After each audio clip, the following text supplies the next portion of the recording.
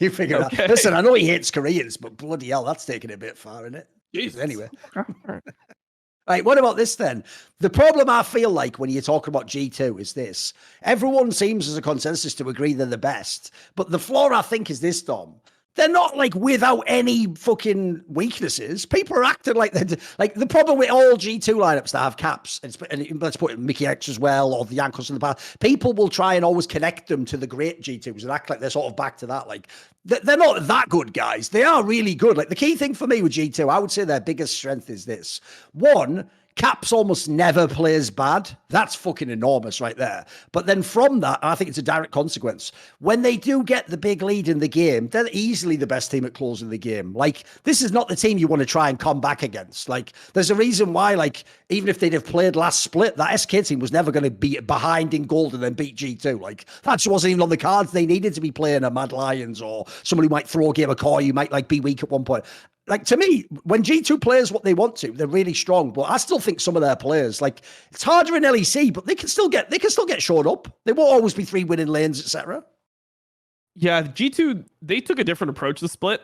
And I wonder what that is, what that stems from. I mean, it could just be that they're trying to develop more styles. They feel like they're really good at playing bot lane, win con, early dive bot lane, like, you know, really just snowballing the game extremely hard just from, you know, bot lane counter picks, super dominant bot lane champions, plus diving it. Maybe they think that they're already so good at that they want to explore different styles. But I just feel like a lot of their games, like even from draft, are a lot less conducive to like what the team's strengths are than they previously were. So for example, they really like playing Vi now, and I don't think that Yike is a bad Vi, but it feels like G2 doesn't have the patience as a team to play with a Vi, where it's like, okay, you know, we play a stable early game, we make sure that Vi can get level 6. At level 6, Vi gets a kill. Every time Vi is able to ult and get a kill, we translate that into an objective, and then we do the same thing again when Vi has ult back up. It seems like they just want to fight more than that. So I feel like G2's looked weaker because they're not really playing as much into what their strengths were as compared to in winter.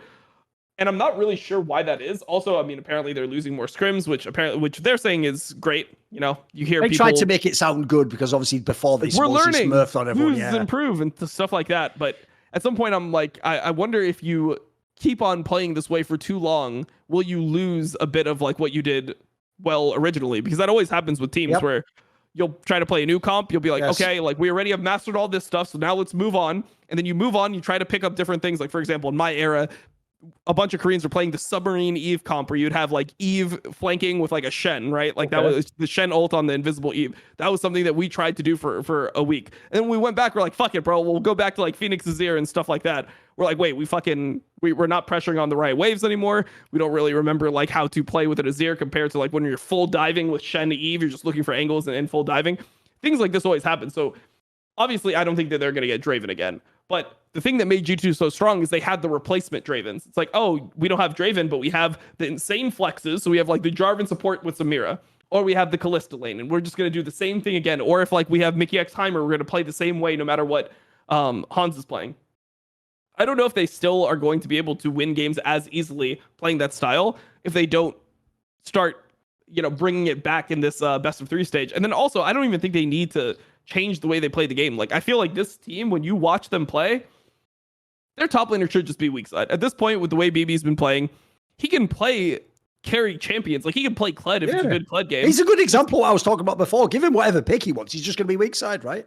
Yeah, he's just not going to get many of the resources, and the team's going to be winning bot lane. I mean, last split, most of the games he played were on Jax, and like he just wasn't amazing on Jax. He wasn't like a next level fucking crazy ass bin Jax or something like that. But he was a good enough Jax. Like, he would kind of lose late, and then he would show up and he team fought pretty well.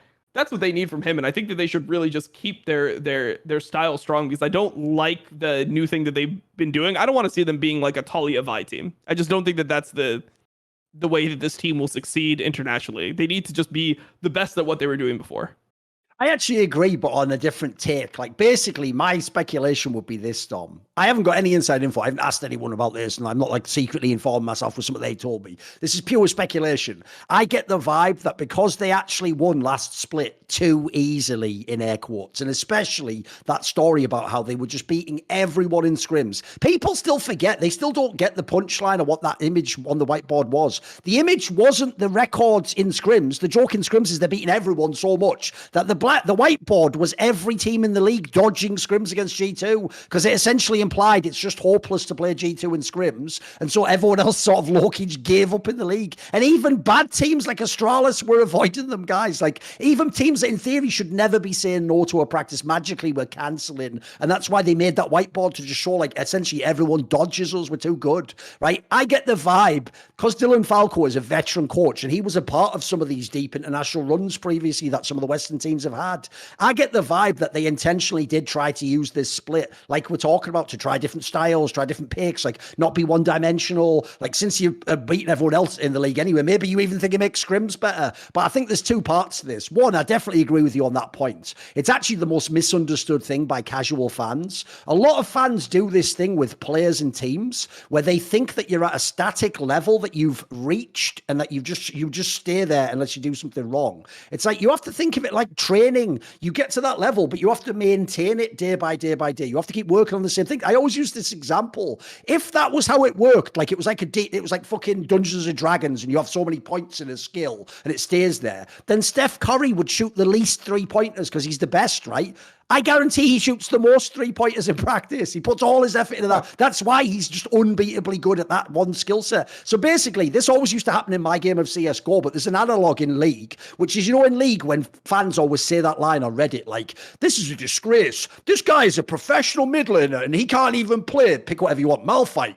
It's like, no, you got the sentence wrong, bro. He just can't play it against the other best players in his region, like the other 9 best players at his position, at a level where he's top 9. He might even be the 10th best on it. But the point is, like, he's not playing just to be able to play it. He has to be really good on it. And I agree with you. The downside and why people don't have super wide champion pools, why in Counter-Strike people don't have all the maps to play, is because you have to put in the hours just to maintain what you're good at. Because as you're saying, notice how subtly Dom pointed it out. It's not that you don't understand what you're doing, but you're going to lose all the intuitive feel for the game. You're going to lose the feeling of the timing of when you do the bot dive. You're going to lose the feeling of like, oh, fuck, the 1v1 does play out a bit different. You're not consciously doing that. You've trained yourself to play the game, and unfortunately, you haven't been training yourself if you go too far the other way onto some other shit. So I don't blame them, because on one level, I do like the idea of trying to be well-rounded and try and experiment, but I think maybe they just pushed it a bit too far on that. I'm with you.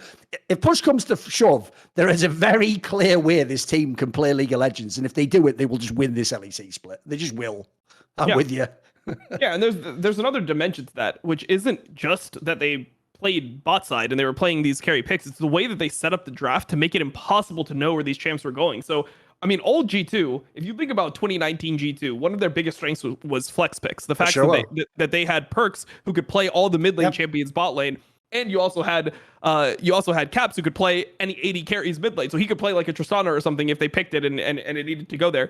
So having that dynamic, I thought, was something that this G2 actually was bringing. They were able to play, like, for example, the Jarvan support game in finals. How insane was that? Where they have Jarvan support Samira, they just win the whole game off it. They did it with Kled, right? Like, Kled was going mid and top in finals.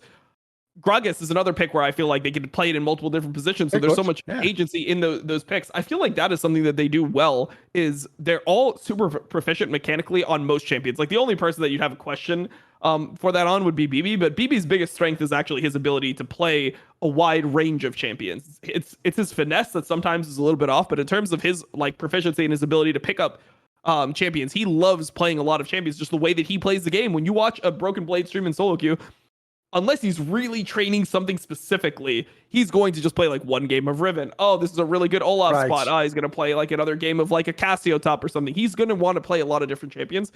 And I felt like that's something that they've kind of lost in their draft. Like their draft, I mean, when you do things like first pick Vi as opposed to first pick Jarvan or Gragas, is you eliminate flex picks. Because when you pick Vi or you pick Wukong, there's almost only one place where it can go. Sure, you could technically put like a Vi mid or something, but there's going to be so many champions that they're going to pick that they're not going to even be thinking about the possibility of a Vi mid or something that will just counter the Vi mid or just completely make it suboptimal to play. See more cool, funny, interesting clips based on topics from my content? Well, subscribe to this channel then, or, you know, be a pleb and don't.